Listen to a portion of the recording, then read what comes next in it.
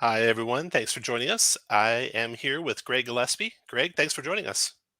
Thank you so much for having me. I'm looking forward to it. All right. So, you're a very prolific writer.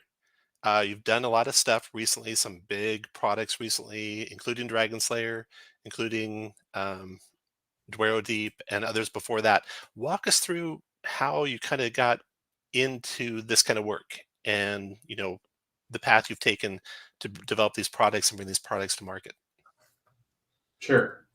Well, I'm an academic, and Mhm. so I wrote my dissertation on British big game hunters who came to the Canadian West to hunt the buffalo, um, and I finished that project with a book publication in about 2008 or so. And then I thought at that stage, okay, well, what do I want my next research project to be? And at the time, 2008, 2009, 2010, the old school Renaissance was really starting to pick up speed. And on the strength of, say, for example, the Goodman Games Dungeon Crawl Classics during the years that preceded that. So things seemed to be going in that direction. So I did a few research papers looking at nostalgia and tabletop role playing games. And then in my home game, a friend of mine suggested, hey, why don't you make your own game? So that's what I did. And that became the kernel from which Barrow Maze emerged. And I was just actually thinking, well, no one's going to be interested in this. Like, really, like, who cares? Like, it's just, it's a dungeon amongst many. But people like really leapt on it right away, and then I thought, okay, well, um, I'll try to do the next project with a little bit better art and a little bit better cartography, and things have just kind of progressed from one to the next to bring me to the point where we're talking about Dragonslayer. So, you did Barrow Maze, you did Dwero Deep. Um, what was the other? There's a third major one too, right? Yeah, there's four. So when Barrow Maze, Archaea, Highfell, and Rody. Now, do they all tie together? All those Yes, four products? yeah, they do. And so right from the outset, right from the word go, 15 years ago, I was saying that this is a six-part project. So there's two more to go. And the cover art for Project 5 has already been done by Den Beauvais. He's done a terrific job, absolutely marvelous. So I'm excited for that. And then along the way, as I was working on Drero Deep, I was thinking, okay, well, I need to start thinking about codifying my home rule set, not only for publication purposes, but also because I wanted to bring things under the same sort of house. And then, of course, about 14 months ago or so, we had the whole OGL nonsense. Yeah. And it was around then, so I was working in draft form with a lot of the material, and then I was like, okay, well, given that the ground is changed under our feet, we need to respond.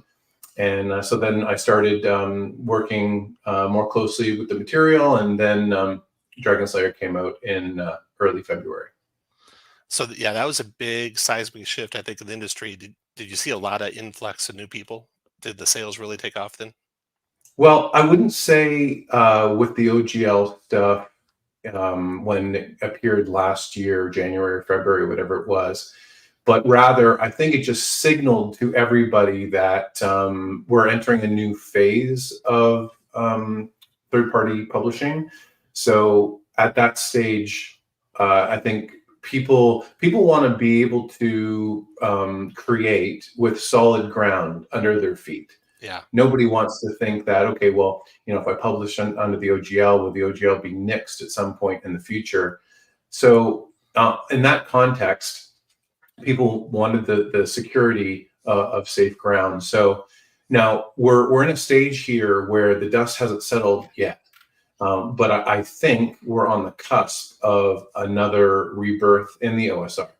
And that's going to come not only from the great work that people in the OSR are doing, but that's also there. So there are push factors and pull factors, and some of the pull factors are people are doing amazing work in the OSR, and the push factors are that people don't like their lifestyle hobby messed with, and Wizards of the Coast just keeps making the wrong decisions, and it's pushing people out, pushing people away.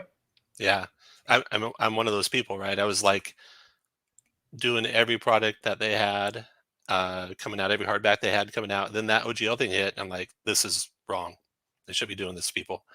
And so I started exploring other stuff, and I think there's a lot of people exploring other stuff, which is really great for the hobby. A lot of people out there looking for other things. And so the cream of the crop, I think, is going to rise up. And so I think your product's coming out at a good time.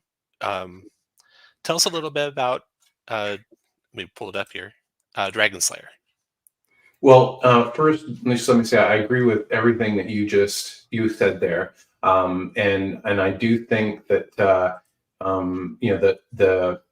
the ground in front is very fertile in terms of where we're going, and these things like Dragon Slayer, they enter the marketplace of ideas, and people will decide for themselves whether those ideas float or they sink, and that's exactly the way it should be. It should be merit based, and if Yeah. you have a love for the hobby and care for the hobby and those sort of things, and I think that those will come out. And with all the stuff I do, whether it's Barrow Maze or Highfell or Kea or Dwaro Deep, I try to show my love for the game and what the game has given me on the page, and that's always been a big part of what I try to do. So Dragon Slayer is the codification of my home game. So if you think back to the early 1980s, a lot of us were playing with a version of the basic set, whether it was the white box or whether it was Holmes Basic or Moldvay or what have you. And then as the AD&D Monster Manual came out first, we just kept the engine of basic and we added in the monsters. And then when the Player's Handbook came out, we added in the classes, right? And then when we were trying to make sense of segments and armor class versus weapon speed modifiers, and we're like, this isn't fun. This doesn't make any sense. So we didn't use it. Yeah. So if that's one of the things so my home game was always based on using the engine of basic D&D, which is the popcorn Moldvay distilled D&D. Mm-hmm. But at the same time, it's pulling in Chrome, races, classes, monsters, magic items, and things that the AD&D just drips with that kind of stuff. So at the end of the day, that's what it does. Now, if we think back historically, and so we know that AD&D was created in part to keep Arneson from getting royalties. Right. Right. So I don't really believe in AD&D by the book, or I don't believe in AD&D as written, because it was written not to be a perfect game. It was written to have differences to keep Arneson from getting royalties. Yeah. So if we think back and we just use like a counterfactual, so we take a historical situation and we change it to see what might happen. If Gygax and Arneson stayed together, there wasn't a big blow up and litigation and so on, what would D&D have looked like? And I think it probably would have continued with the basic engine, and they would have continued what they were doing, adding races, adding classes, adding magic items. So for my little part of the world, I think of Dragonslayer as what may have been if there wasn't a falling out between Gygax and Arneson. Let's take a look at the basic engine, the basic character sheet, for example. Very reminiscent of the one in the original box set, right? Mm-hmm. Yeah. And I love the simplicity of a simple character sheet, something like this, because you can really get out of the character rules and into, your immersion in the game a little bit better that way. Now, you talk about bringing in all the rules from Advanced Dungeons and Dragons that made sense to bring in. So you have the races, which we're all familiar with, and then you have the classes. And do you go with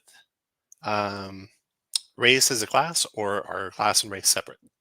They're separate. Separate. And Okay. now, having said that, if someone was really dead set on playing races class with from Moldvay Basic or whatever, you could totally do that. It would work just as well. It's just my preference would be to separate the two, But having said that, I don't say that in any kind of value judgment way, because for a long time I played racist class in my home game, and I think I love the archetypes. So if we think of early D&D as a rules based game with the WotC editions as more exception based gaming, right? Everything you have rules, but then there are so many exceptions to the rules that you get the rules bloat, the smaller font, the bigger paragraphs, stuff buried on page 120 that countermands a key rule. Like, that's not the kind of game that really interests me. I think D&D is a classic game. It's not a game that needs to be made and remade ad nauseum. And I have no pretensions. I'm not interested in playing Mike Merle's version of D&D. I'm not interested in playing the other people who have stewarded D&D at WotC. I have no pretensions to be Gary Gygax whatsoever. I'm just a torchbearer, someone that loves the game, someone who's been inspired by the game. It inspired me to go into higher education. And if somebody picks up this book and they're inspired to write an adventure or a character class or whatever, then that'd be amazing. So let's talk about spells. Cleric spells going up to 7th level, just like the old Advanced Dungeons and Dragons, right? I think that was the way it was. Mm-hmm. Druids to 7th level, magic users to 9th level. And I like the artwork being, a lot of it reminiscent of some of the original artwork from the original book. You have the street where Amir called the Chaotix riding down on his horse, and it's different characters in the setting, but that's very neat. The artwork throughout is gorgeous. Who did the artwork for this book?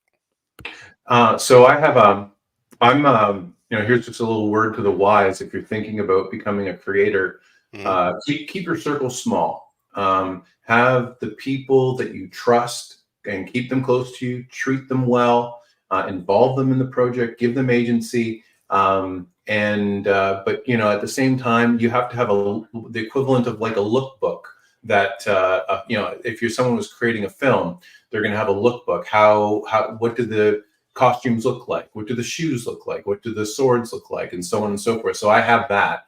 And that's how I maintain consistency over the different books that I put out over time. So keep things small, have the people you trust. Don't be shy to recruit people that, I prefer to work with people that have skill and know the background to D&D. But having said that, the skill is more important. I can always coach them up. So for this version of Dungeons and Dragons, talk us through, just in simple terms, the combat system and maybe how it might differ. I don't know if you know 5th edition very well. I think some of your products are written for both editions, right? So how it might differ from 5th edition D&D.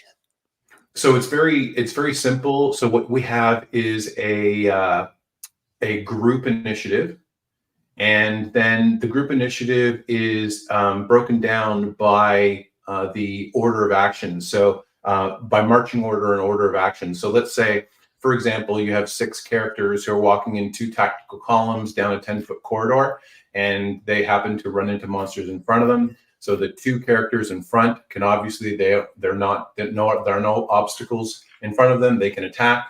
The second row can attack subject to what weapons they're using, and it kind of takes place from there. So it's a group initiative. Then the highest initiative goes first. The losing initiative goes second. And then at the end of that first round, there's a new initiative roll, and the highest roll goes first, the lowest roll goes second, and that's done with each round. Got it. Very straightforward. And this can be played. It's designed to be played with miniatures, but it can also be played theater of their mind as well. Got it. A big difference, I think. I mean, morale is available as an optional rule in 5th edition, but it was kind of center stage in the early versions of D&D, and I feel like it really served a good purpose. You have morale in the game. What do you see morale's purpose in the game? Well, to me, so one of the criticisms I've received is that there are no reaction rules for monsters. And quite honestly, and the reason is I've never used them. I've never used them because I believe very much in commonsensical role play based on alignment. So if you know the alignments well of the monsters and they're sentient, they're not going to just stand there and be killed.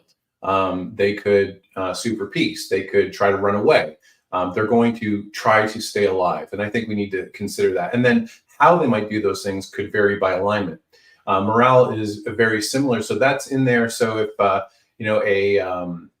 if a monster leader is slain, half their number are killed, they would check their morale and give a guide to the person running the game as to whether the monsters might stand and fight or flee. Yeah, it's a if you're doing the book 5e adventures, it's kind of like you're along for the ride and you're never going to face anything too difficult.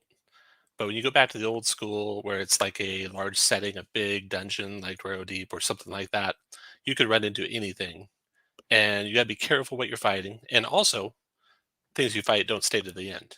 So you can kind of plan on that happening too when you're trying to decide if you need to stay and fight what you're fighting. Most of the time, they won't stay to the end, but it's Right, but yeah. Go ahead. oh, just to jump in there, so I think if you're coming, say, from a WotC edition, Hmm. one of the things to really understand how old school role playing is done is you have to understand that part of the hobby came from miniature wargaming. And miniature wargaming is very much based on basic tactical understandings of battle and conflict. So, I love the quote from the Red Baron, the German ace in World War II. He said, when asked how he survived so many battles, he said that he flew away from the ones that he couldn't win. Yep. But the point being, if somebody rolls up in a frigate and I'm in a battleship, they're going to vacate the field. Yeah. If so it's that's understanding the basics of combat, I think, is very important. And sometimes people forget where the origins of the hobby are, and this is very much tied to the origins of the hobby. Let's talk about dungeon creation or dungeon design and that kind of stuff for a second. So I definitely prefer the style of like Against the Giants or other older adventures like that, where it's a big, large setting that kind of lives on its own. You're going to go in there and try and accomplish something. And what we're seeing a lot in a lot of the newer adventures, like Spelljam, was really disappointing.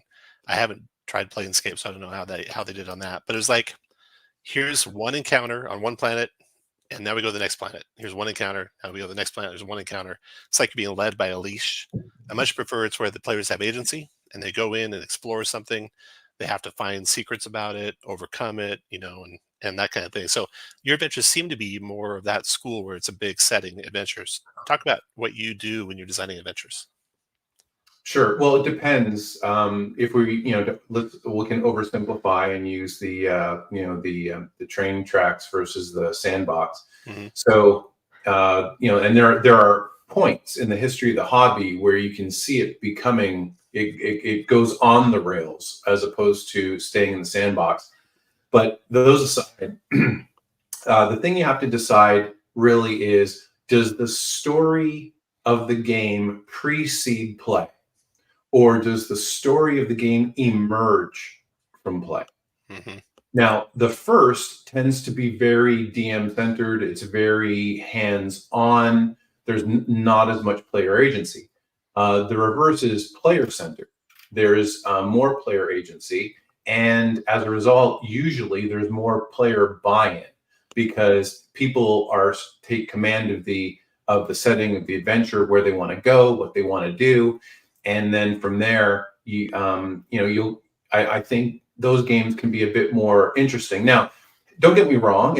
Let's say we wanted to get together and we just wanted to play like a one shot, or we wanted to play, say maybe 2 sessions or 3.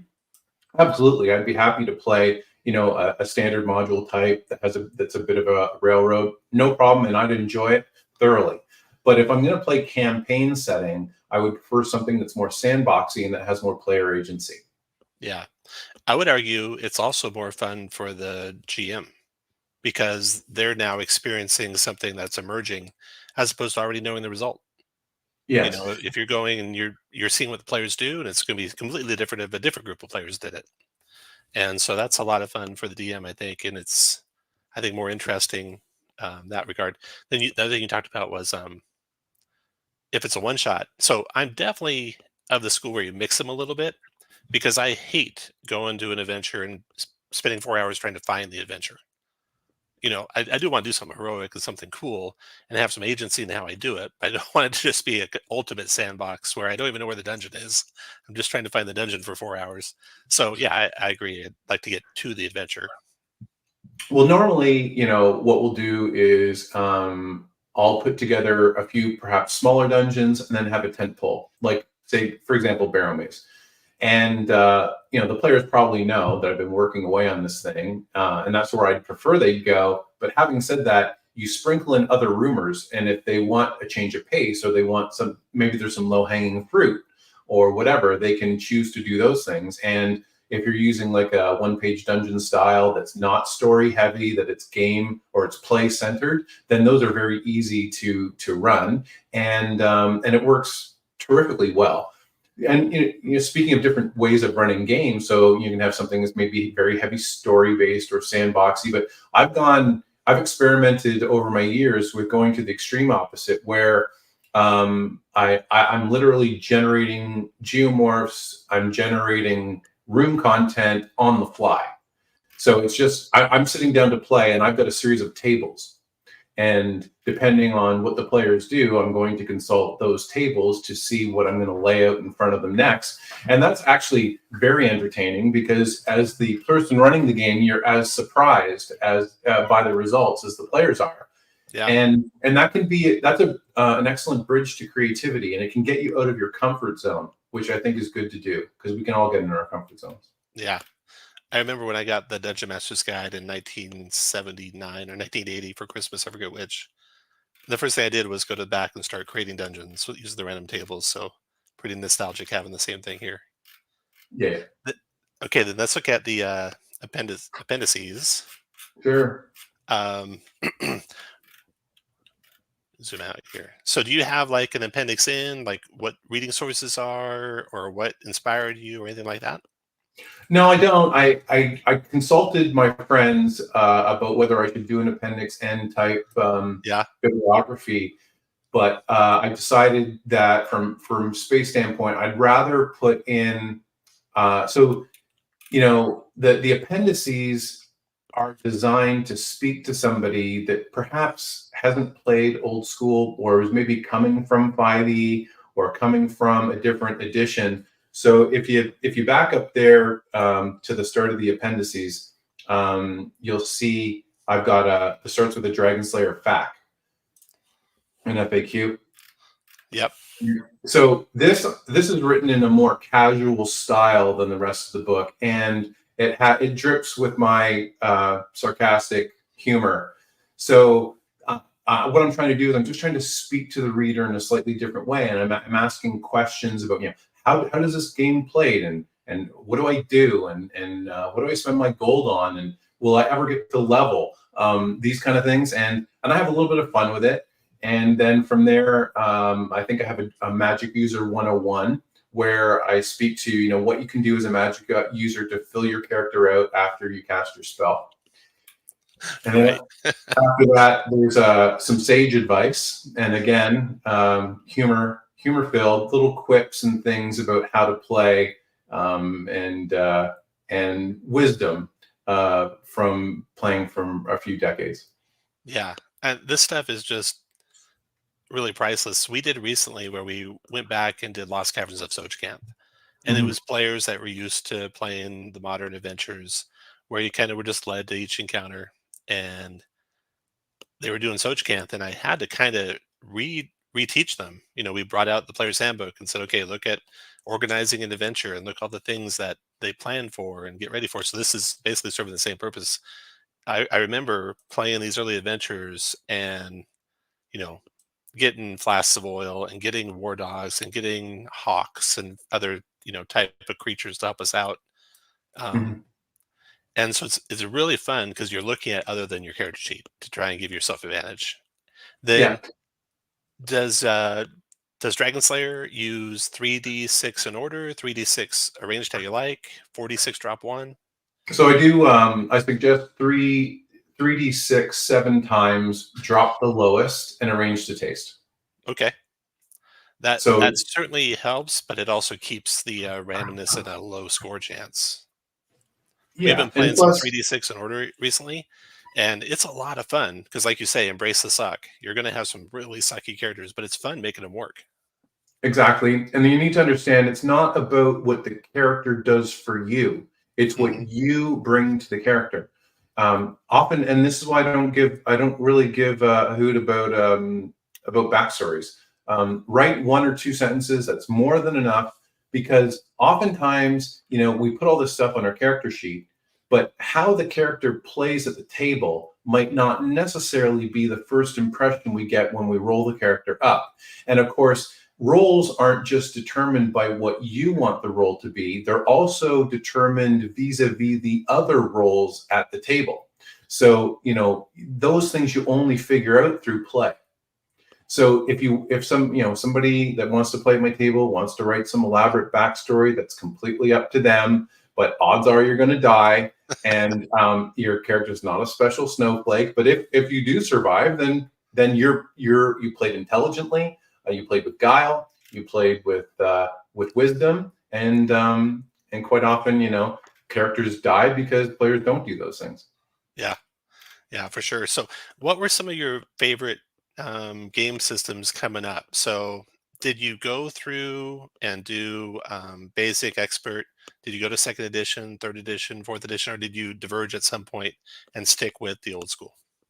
So I played first edition using the method that I think most of the people of my generation did, which was we used the basic engine with the Chrome of AD&D. We played second edition through the 90s, and that was the point at which I decided I'm never counting segments in combat again under any circumstances. Am I doing that? It's like actuarial science. It's not fun. It's boring as heck. I don't want to do it. And so that was the key thing. And then I played some third edition, enough to realize it was an exception-based game rather than a rules-based game. And I also hate dungeon punk aesthetic, so there's that.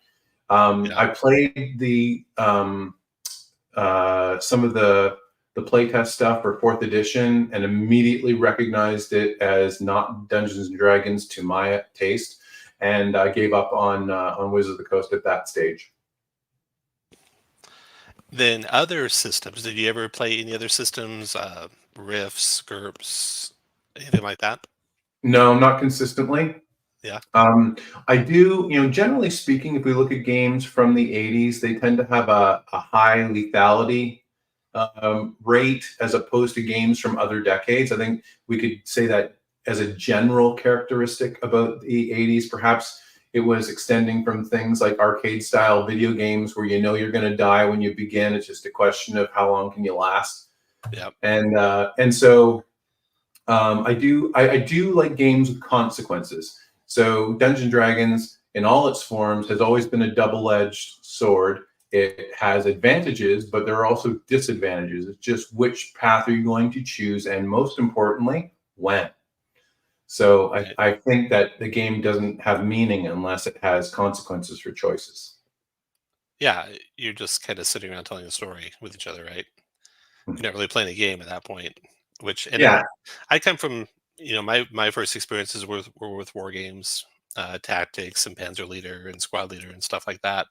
sure. And so I've always been of that bent.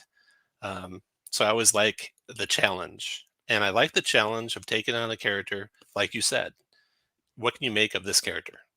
So Mhm. I always like the old D&D opens at Gen Con, where you get the pre-gen, and it's what can you do with this pre-gen, and how far can your team get, and how and that. So let's take a look at monsters. Sure. Let's see here. Would be a good one. The artwork again, amazing artwork all throughout here. I'm gonna come down to the demons. Mhm. Mhm. All right. So we got Lilith, we got Astaroth, who looks pretty familiar there. Walk us through the stats for these monsters and how you'd play these monsters. All right, so these are like deity level Hmm. monsters. So they might have like the equivalent of an avatar on the prime material plane, but then that's kind of what you're looking at here. But to defeat them on their own home plane, they will probably be stronger. And there was some unevenness in the AD&D Demons and Devils, and so that I always thought was odd. But that's part of the allure and the enjoyment of AD&D is its unevenness, right? Yeah, I remember But Loth. having said that, there You were could some things you that could needed barely hit Loth, but if you did, she had very few hit points, for right. example. Yeah. And same thing with the different type demons as well by hit die. I think that needed to sort of get sorted out, and really, these are the ones that I enjoyed most, and that I think are core and to the game. But the odds of the thing is with demons and devils, at least the high end ones, these are like a guilty pleasure. Like, how often are you really going to encounter these things in the game? Yeah. But they are super cool and they give the game edge, and that's important. Yeah. Let's look at a basic Glabra Zoo, for example, or Hezru, for example. Mm-hmm. So armor class -2, hit dice 9, 3 attacks, 1d3, 1d3, 44. Save as a fighter 9, Mm-hmm. morale 10. So walk us through one of these guys. How would you play one of these guys? Well, so it's really about volume with these kind of monsters vis-a-vis the party level. Mhm. So that's how you want to gauge those things. And there aren't too many sort of political machinations when you're getting into the middle rank and lower rank demons. But when you get into the higher ones, I explain the politics of it. So the politics of demons varies from the politics of devils, and how that's constantly in flux. So that sort of plays out to gives people a little bit of background if your players get high enough level, how you may want to play the interaction of demon lords with each other. Yeah. Did you ever read the Gord books through after the TSR Once separated from upon a Gygax? time. Mm. It was really cool, all the demonic interactions happening in those later books, for sure. Mm-hmm. Um, okay, so let's look at devils here. That's demons, devils, and there's Osmodius. Mm-hmm. Yeah, these are by Ken and James. So often, what I do with various sections of my book to give them some internal aesthetic consistency is I'll use the same artists for, say, dragons or for demons or for devils. And Ken and James is a superb illustrator. He knows the material, he's got the skill, and you can see it just leaps off the page. Yeah, we got this familiar scene here with the paladin in hell. Yeah, that one's so that's the same paladin that you see in the class picture for the paladin. Nice. Do paladins need a 17 charisma? Yes, they do. Nice. Yeah, I've only ever rolled high enough to play a paladin once in my many decades of Yeah, gaming. I don't know that. I'm sure we've done it, and I only remember in the early days one person ever playing a paladin. Yeah, Um, now anyone can play a paladin.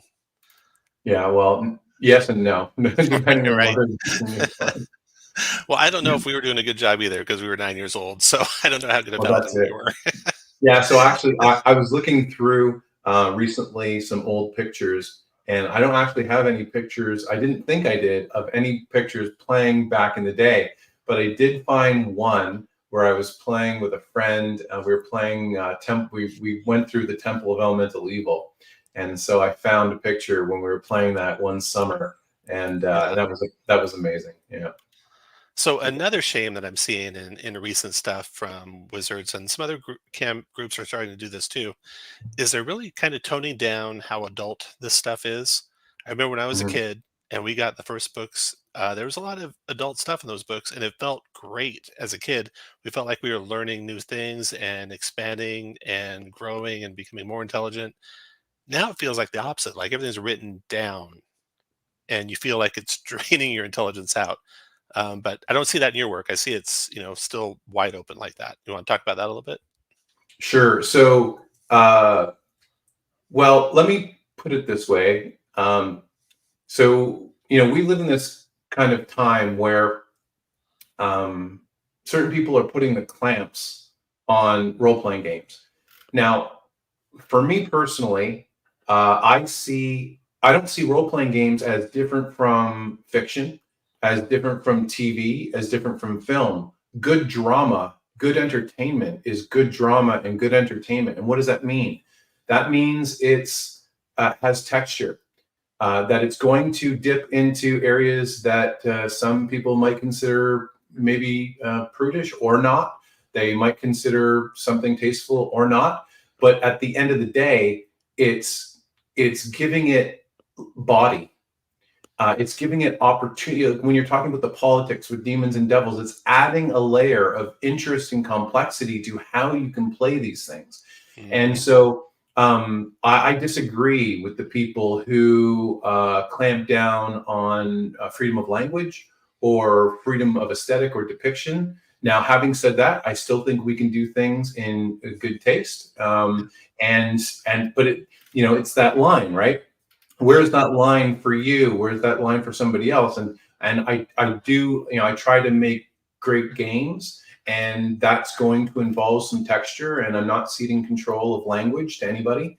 And at the end of the day, I've tried to write this in an accessible way so that if someone our age picks it up, they're going to get it right away. And if someone is, say, 12 years old, then they're not going to have the hurdle of going through High Gygaxian to translate what exactly is going on, like we had to do. Yeah. I've written this in a little bit more accessible way. Yeah. I remember consulting the end of the DMG often to find out what those abbreviations meant and what those were, some of those words that he used meant. And Right. but it was great, and we were fighting against true evil a lot of the time, right? And now it's Mhm. like you can't have evil, but at the Yes. same time you're fighting things. So what's going on? We used to fight against slavers, we used to fight against demons and dragons and all Mhm. this horrendous stuff because we were great heroes trying to defeat these things. And now it's like Mhm. you can't, say half those things. It's disconcerting to me, and that kind of stuff comes and goes. So maybe it'll go back. The tide will go back because I remember in second edition you couldn't say demon and devil.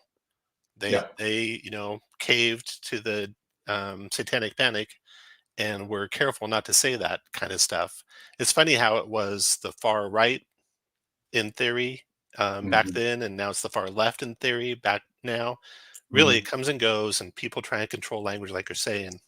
And the more we can be adults about things, I think this is good for the hobby in general. That's right. And here's the thing. If you do read something in any monster book or rule book, if it assaults your sense of morality or whatever, drop it out. It's that simple. Yeah. But the thing is, these things are there for the people that do want to incorporate them into their games. It adds depth, it adds Hmm. engagement, it adds fun, and at the end of the day, we're playing a game, and it's supposed to be fun, and then of course every group of players has their own little culture. Right. Yeah. Some people do want that big story. Some people do want the tactical miniature part of it. And some people want something in between. And every form is acceptable. Just depends on the culture of your gaming table. Yeah. Definitely. Okay, so we looked a lot at Dragonslayer. I want to take a quick peek at Dwaro Deep, and let me pull that up here. So this one is this the most recent dungeon you've done? Yeah, that's correct. It is the most recent. Okay, so I love the art throughout this one. It almost like follows a party kind of through their explorations. Like for example, this page here, and it's kind of the same consistent art throughout. So that's It really is. cool.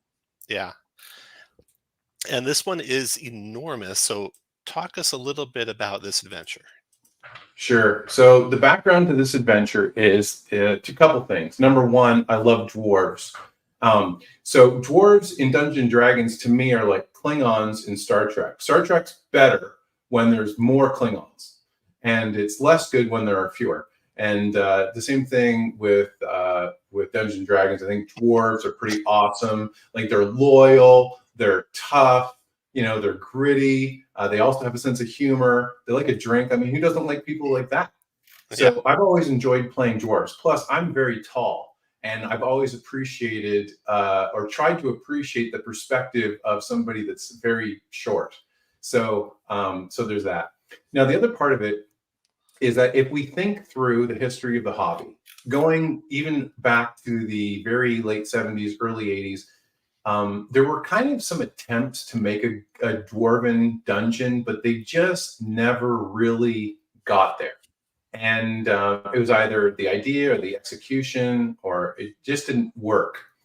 And what I wanted to do is I wanted to find that sweet spot right between Tolkien's Moria and Dungeons and Dragons. And that is an ambitious task. And it's one I like challenges. So my goal was to create a gameable version of Moria that that fit in the confines of my game world. So that's a little bit now a little bit of background. Now the other part of it too, for those of you who played the Drow series way back in the day, you know, there's subterranean hex crawling in those adventures, and so I use the same kind of logic of subterranean hex crawling here. So there's a really fantastic hex map that comes as a poster in the digital download that you can print out, and that gives you a pretty good idea. So that's the background stuff. And also too, in the runes on the top of the page, I've put some Easter eggs. Nice. Talk to us about the area map. Does this area map tie in with the other adventures? And is there a other thing about this area map that we could discover? Sure. Yeah. So each, I've taken the outdoor survival map and I've made it into 6 parts, and each part has a mega dungeon located in it. And so here you go. And in my, I had to review Fellowship of the Ring closely again, and so you can going from Moria from west to east would be the same timeline going from west to east of the mountain range that you see here. And so, you know, that having that kind of approach and based in that that tradition and logic was important for me. Nice. I have the map here. Let me share this. This is what you're talking about the map Yeah. of the dungeon, right? Yeah. It's this is a piece of art all its own. I'm sure, you know, the people who have been gaming for a while will take a look at this and see it for what it is. It took a lot of time and care to come up with it, and then to realize it in this form. This is I don't think I'll be able to do better than this hex map. This is an achievement. Yeah, that's gorgeous. So tell us how players would get into the adventure. Are there like multiple threads that get them in, multiple threads they can explore while they're in it? And don't give away the ending, but kind of what is the scope of the ending? Sure. Well, so a lot of people, I think, make the mistake when they create dungeons that they make the monsters the first adversary, and I don't see it that way at all. I think that the environment should be the first adversary. You need to pit the environment against players, and by doing so, that's how you can create a sense of the ambience of a place, the atmosphere of a place. So, or at early levels, it's very much the environment, and then from there, you'll expand into nodes, which are detailed in the book, that have more direct monster adversaries and kind of like smaller adversaries and bosses, moving to larger adversaries and bosses and that kind of thing. And then the whole thing, how does it wrap up in general? Is it one big confrontation with some undiscovered enemy in the dwarven? Yeah, so that's basically it. There's a twist at the end. Now that may take a very long time to play. So what I do with my mega dungeons is I do not beat players over the head with plot, because it's not necessary. No, it's certainly not. So all you need is The dwarves have been pushed out of their homeland, and there's a need to conduct some reconnaissance. Like the portents have suggested that it's time to reclaim the homeland, and that starts the adventure off. And then by moving through it, they're going to have adventures that are going to be closely related to the plot and not related to the plot at all. But that's because it's a sandbox subterranean adventure. Players can take on whatever storylines suit them. And what we did here is, so looking at that illustration you just had, so I came up with iconics. So the first thing I do normally is I come up with a set of iconics, and those are normally the player characters presented at the back of the book. But then I show those characters from the first page to the end, so that it's almost, I don't want to call it like a comic, but it's like a strip where you can see those iconic characters starting off the adventure like they are here, and then going, and then normally each illustration reflects the content of the page, so that the person running it can see what's going on, and then they're getting excited. And then they're communicating that to the players, and the players are getting excited. And I think that feeds into itself. Yeah, it looks really good. So there are pre-generated characters in the back here. If I go all the way to the back, there is kind of like the geomorphs from old school days. Mm-hmm. And these look familiar from D1 and D2. That's sure. Right. Yeah. So they find that inspiration there. But, and these are places where, so again, you're comparing what you see on these pages to the hex map. And so it's a secondary passage, it's a primary passage, what have you. And then you can die one of those if you have a random monster encounter. And then you can literally, if you're using Dwarven Forge or whatever, you can push that to the center of the table and away you go. So I move seamlessly between graph paper maps and terrain, subject to what we're doing and what we're exploring. So this kind of shows a scope of the scale of the dungeon. How many maps like this would you say make it up?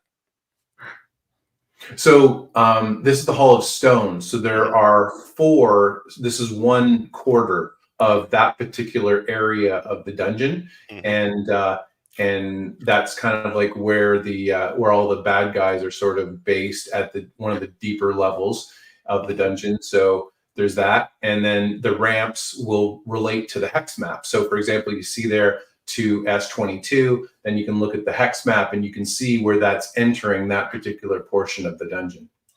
All right, that's cool. Mm-hmm. All right, well, thanks a lot for coming on, Greg. I want to kind of transition into, and you're welcome to stick around if you want, or if you don't and you need to go, feel free to go. The D&D lawsuit between Arneson and Gygax, and it's got a lot of stuff in it with the original Dungeons and Dragons. So we're going to take a peek at that. But before I start that, is there anything else you want to just share with people watching, like where they can find you, where they can find your products? Yeah, so you can find my stuff on Drive-Thru RPG, and all the stuff's there. I'm easy to find. There's a Facebook group for Dragonslayer and one for Barrel Maze. And there's great people there who who create and have questions and want to engage with each other. And so it would be great to see you there. And if anyone has questions, that's an easy way to reach me. Thanks a lot. So let's take a look at, here we go. We have 912 pages from the lawsuit between Arneson and Gygax. And in these 912 pages, they have a lot of the original drafts of D&D, the agreement between the two. And then here's some handwritten pages by Arneson that he delivered to Gygax. So you have right away just kind of an outline of the game system. The players being elves and dwarves, changing class, types of adventures. The original ability scores looks like they were intelligence, cunning, which might be wisdom, or I think it's wisdom, strength, health, and appearance. And then experience points. Match users, fighters, clerics was right from the start.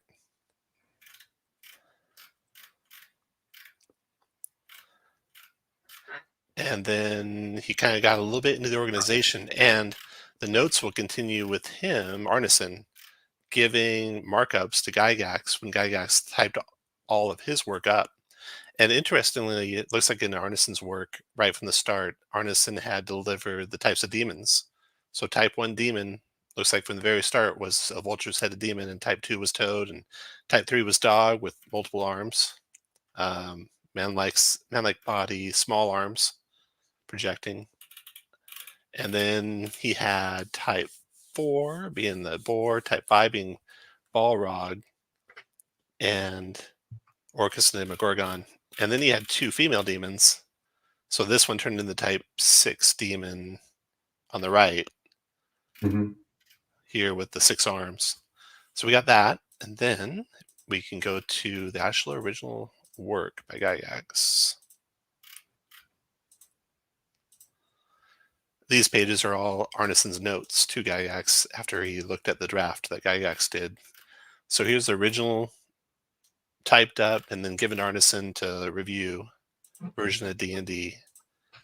And some things that stand out, and I'm actually looking at, there's a thread on Ian World, and All's Rios did a bunch of, looking through this. And so one thing he caught is that the forward to this tells us where it came from. Castles and Crusade Society, then Chainmail, then Arneson's Blackmoor campaign, and then the D&D game. So that'd be the origin of where it all kind of evolved from. And if you haven't yet, I don't know if you've seen this, Greg, but there's the Blackmoor movie. Have you seen that one? I have. You have? Yeah, it's really cool for seeing kind of the origin of a lot of this stuff. Very good. Yeah. So I highly recommend that if you haven't seen that. The forward directly cites John Carter, Howard's Conan, DeCamp and Pratt Fantasies, others. Only 5 ability scores, like we saw. Example NPCs, names slightly different, but otherwise pretty similar. Age levels 12 and up. Here's the outdoor survival map that you're putting your adventures in. Yeah, what was it saying there? I'm sorry, I can't read it. What'd you say, the board? Oh, yeah. Outdoor survival, yeah. I never got a copy of that war game. Do you have a copy of that war game? I do. You do? I imagine it might cost me a lot of money to get a copy of that right now. It might. You might be able to snipe it somewhere, though. Yeah. Yeah, you never know. I remember when I was a kid, I don't know if you watched Stranger Things, but in like season 5 of Stranger Things, one of the last season, they go to an old army surplus store where there's all these guns and fishing poles and such. That's where I found D&D. It was an army surplus store called White Elephant, and it had war games, a section for war games, and it had the D&D game there. And I was, interested in the war games. I saw the D&D game. I pulled it out of the shelf and took it home and spent like a year trying to figure out how to play. We had no one to teach us. We were 9 years old and just trying to figure it out with me and my buddies. So my poor parents, they'd take me on driving tours in the summer down through the U.S. for to go to work conventions. And so as soon as we got into the hotel, the first thing I'd do is I'd grab the phone book and I'd flip to see if there were any army surplus stores nearby that I could drag them to. And I recall I was in South Carolina. I was young. I mean, maybe 10, 11, 12, something like that. And there was this big, huge bin of just like, it was like discount army jackets and things. And so I'm like leaning over this thing at the waist, half buried, dumpster diving, looking around for stuff. And I pulled out this plain olive green army jacket and I held it up and I looked at the nameplate on the front of the chest and it said Gillespie on it. And I was so excited. And I remember screaming, "Hey, Dad, look at this." And it was in the bargain bin for like $3 or whatever. So I went away pretty happy with that. What area of Canada are you in? Say again? Are you in Western Canada, Eastern Canada? No, I'm in Ontario, Canada. Ontario. Yeah. So that's near Detroit. Just across the border with Western New York. Okay.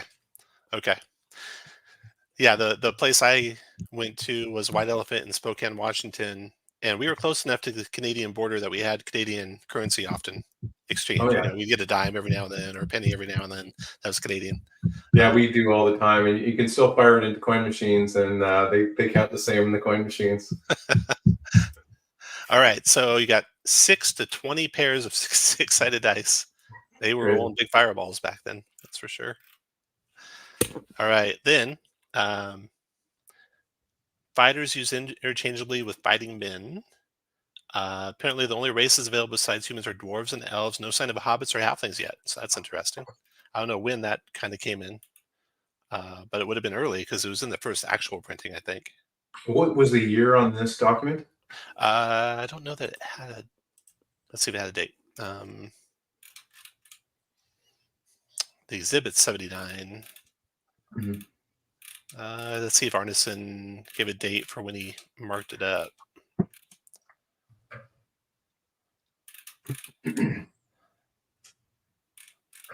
Don't see it, but it must have been 73-ish time frame, I'd think. I think, yeah. Yeah. Yeah, so there's the sample character with the name spelled different. There's the 5 ability scores. Intelligence, cunning, strength, health, and appearance, and health being an ability score. So I guess con, strength, wisdom, intelligence, no dexterity score. But they didn't have a thief, so I guess you didn't need a dexterity score. Okay, then we have, it's easy to miss, but the level titles for the second and third level wizard are swapped. Let me get down here. Da-da-da.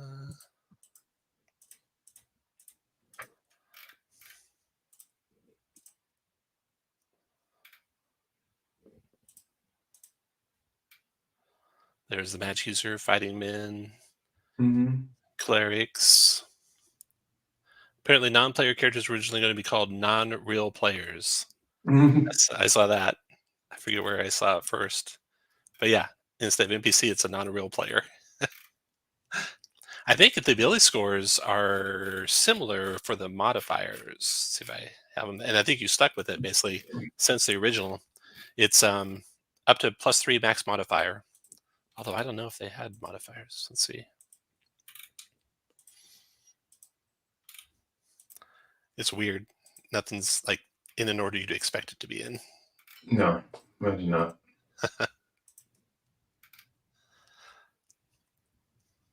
They definitely had experience changing, but I don't know if they had modifiers. It's always interesting to see the way a way of playing a game becomes the way of playing a game, right? Yeah. Because the deck is being shuffled, all right, and then Yeah. and then the things that we associate with being a canon were all in flux and being created at the time. Yeah.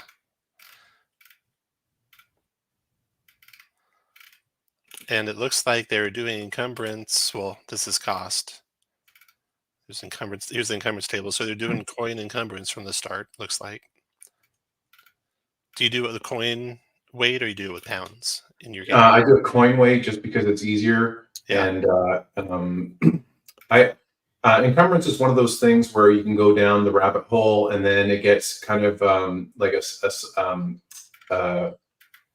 accounting experiment, and that's kind of like the bridge too far for me. Like because half the people who do it bugger it anyway, and so I just try to keep it commonsensical.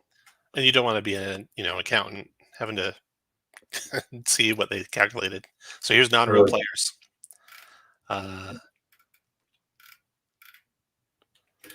Relatives. They talk about relatives. Which is paradoxical, right? Because nothing. It's an imaginary game. Right. Yeah.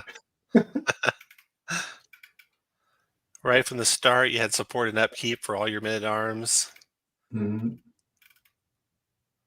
Real players and support of non-real match users and clerics.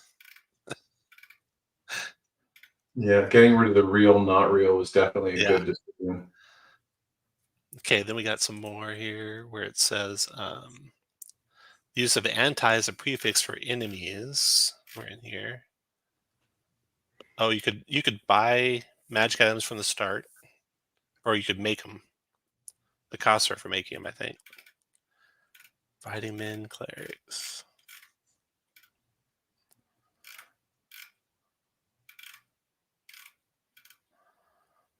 These tables start to look familiar from the Homes edition. I kind of remember tables like this in the Homes edition too, where you would have a level monster matrix, and then of course what monsters you run into in the lower levels.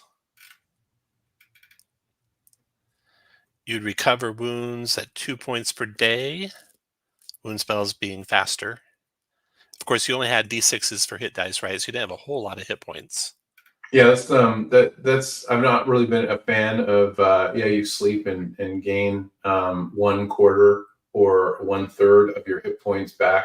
Anybody who's ever sustained an injury knows that things just don't function like that. So I've never really bought into that, and I received a little bit of gruff for it because it's not in Dragonslayer, but I don't buy it. Yeah. It's a verisimilitude thing for me. Yeah. Yeah. Avoiding monsters. Men versus men versus fantasy figures. So kind of large scale combat.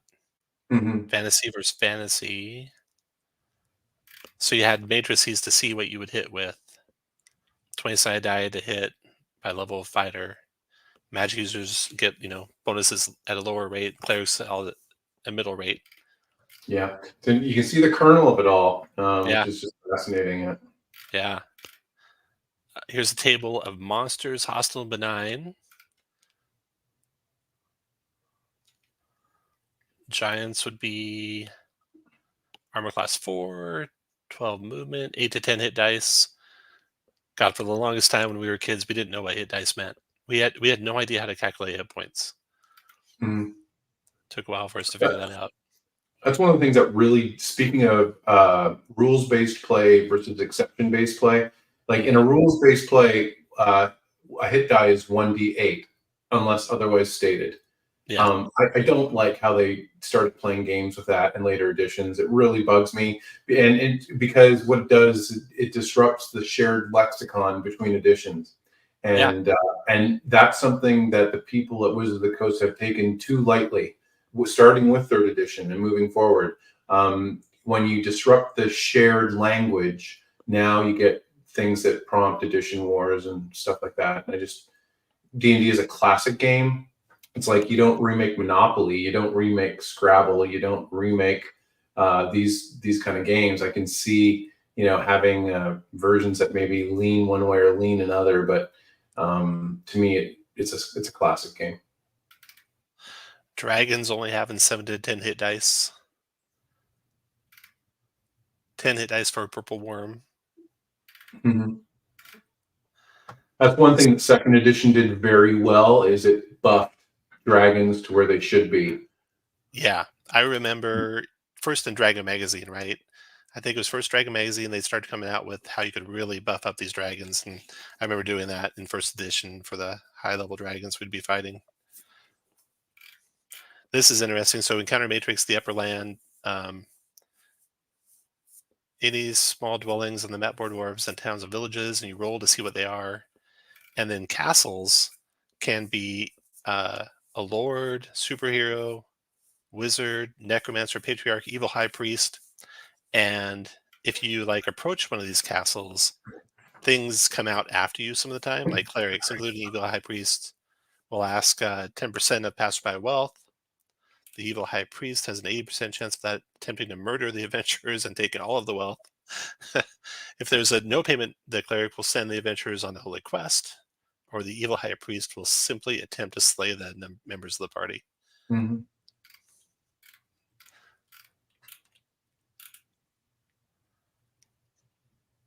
You had chances of getting lost, made into the books.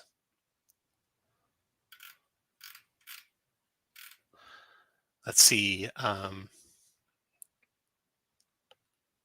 The rate for recovery wounds is 2. The section on baronies, there are 18 examples of possible investments listed compared to 15 in the published OD&D for baronies.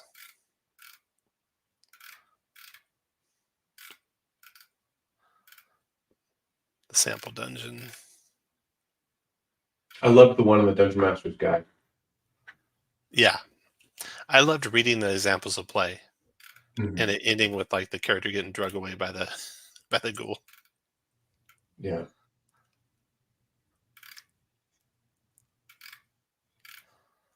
Gut Boy Barrelhouse. Yeah. It's one of the characters in the samples of play.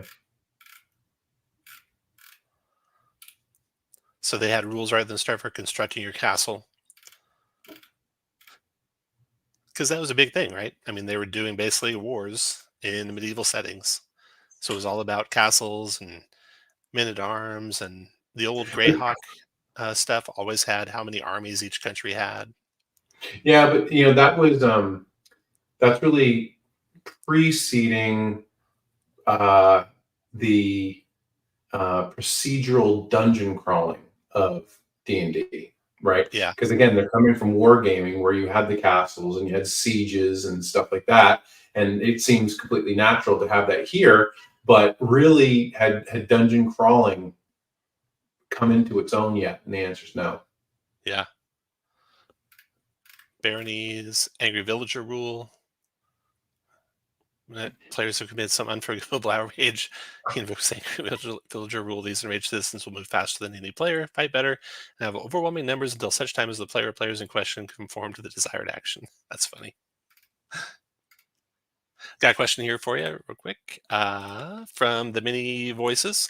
Hello, Greg. I have been getting into the OSR lately. What are some things that you would say sets your system apart from stuff like DCC or OSRIC? Sure. Well, DCC is a 3E based engine, so that's where it's at. It's not my style. I don't see it as an OSR game. To me, OSR means compatible with TSR Dungeons and Dragons.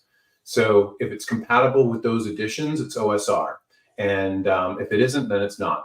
So that would be the first thing. Now, OSRIC was designed to not necessarily to be a rule book used at the table, but one you could publish to.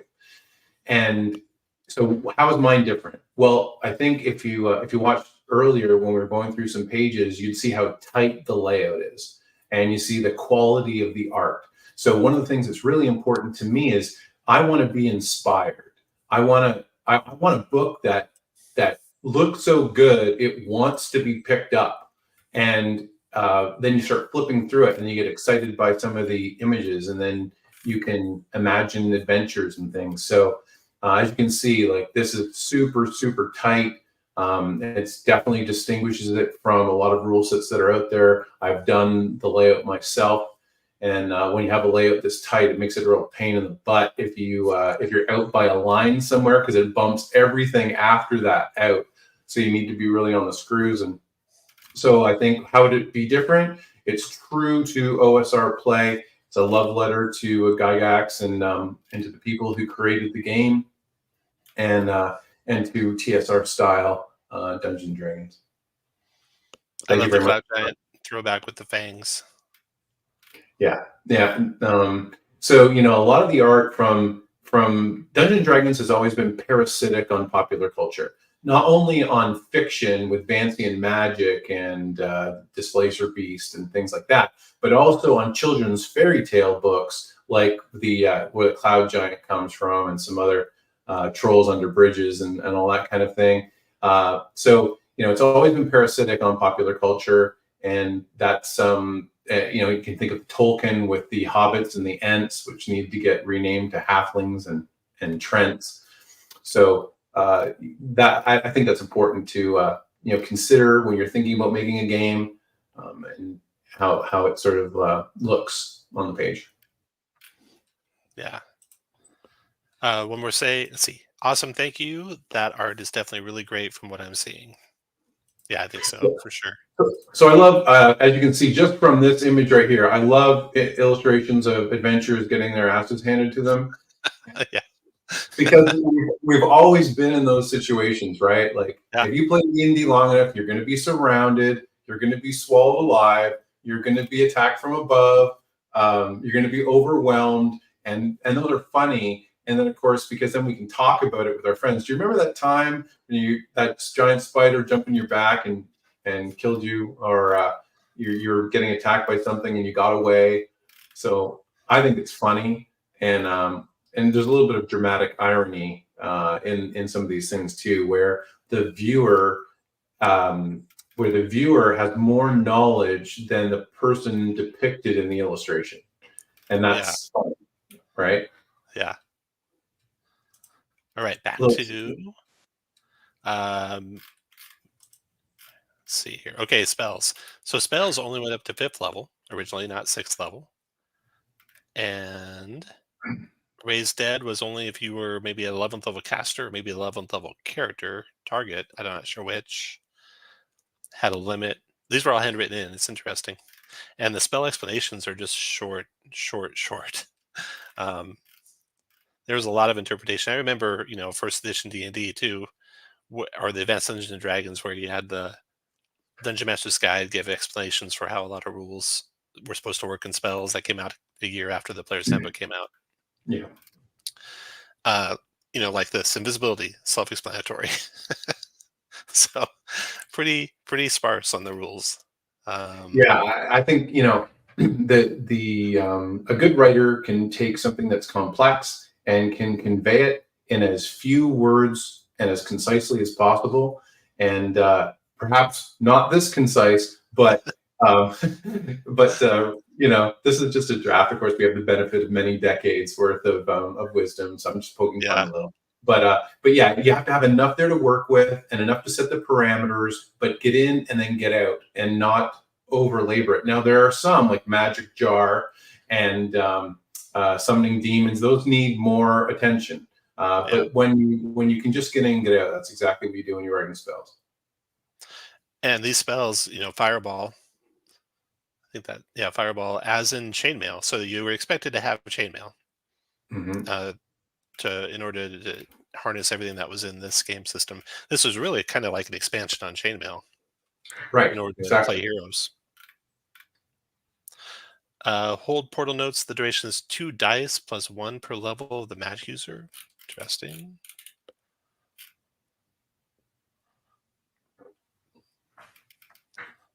I don't know. Maybe they're not in order. They're not evidently not in alphabetical order either. Maybe they're by level. That might be what they're doing. Interesting. Or they might have just been adding them as they went. Yeah, that could be. Yeah, because they were just typing a draft up, right? So they probably didn't know everything they're going to do.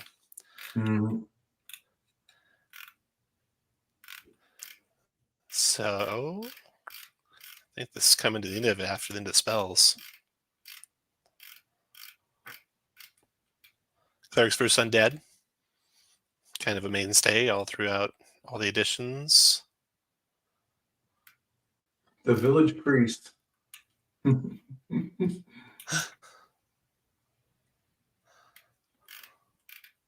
Magic items. It was interesting how the magic swords were not very often just a straight plus. They often had, things for different types of creatures.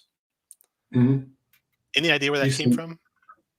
No, I don't. But it's because it was established. It was established almost right off the bat. Yeah. No, I mean, this draft has it. Yeah. Sword +2 versus lycanthropes. Is it +0 for other things? I think probably. Interesting. And +3 was the highest plus.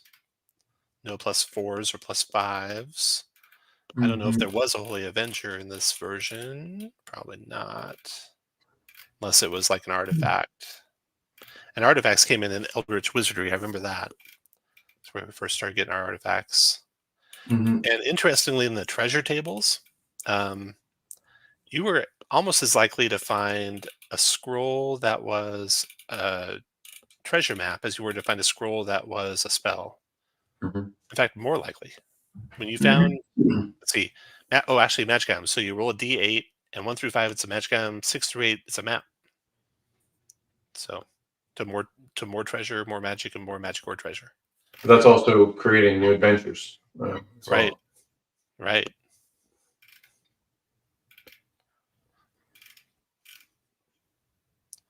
Wands, Staff of Wizardry, right there in the first version. Ring of Endless Wishes.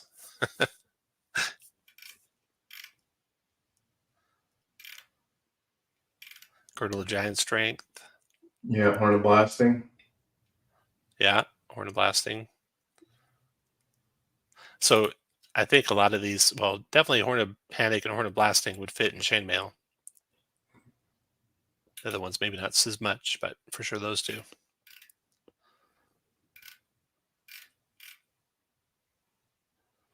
Saving throws, explanation of min, magic items, and monsters. So there's your saving throws. Monster attack matrix. +3 hammer strike as giant versus giant, 2 dice for damage. So a lot of really interesting stuff in here. If you don't have this, if you're watching, I highly recommend going and just downloading it. There's 2 versions of it. And I put it in a community post, so you can just check the community posts in my YouTube channel, which is d20play. And I think it's only going to be available probably for like 15 more days or so. There's a version that's really high resolution, which is enormous, over a gigabyte. And then there's this version I'm looking at, which is good enough resolution. I can read it pretty much, which is about 150 megs. And why is it so big? It's because it's got the original draft of the rules here, but then it's got page after page after page of the lawsuit depositions, but between the attorneys and Arneson, or the attorneys and Gygax. So just kind of interesting stuff to read. I'm sure the historians are diving through this, all the book writers out there that have done history books or are planning to do a new history book on the origins of D&D. Just a goldmine with the stuff here. Mm-hmm. All right. Well, I think we'll wrap it up there. I got D&D game to run tonight. And Greg, thanks for coming on. I got Dragonslayer and I'm reading through it. It looks very good. And I am looking forward to your next products. Well, thank you so much for having me, and thanks everybody for joining us. I really do appreciate it. Let's do it again. All right. Thanks, Greg. Cheers.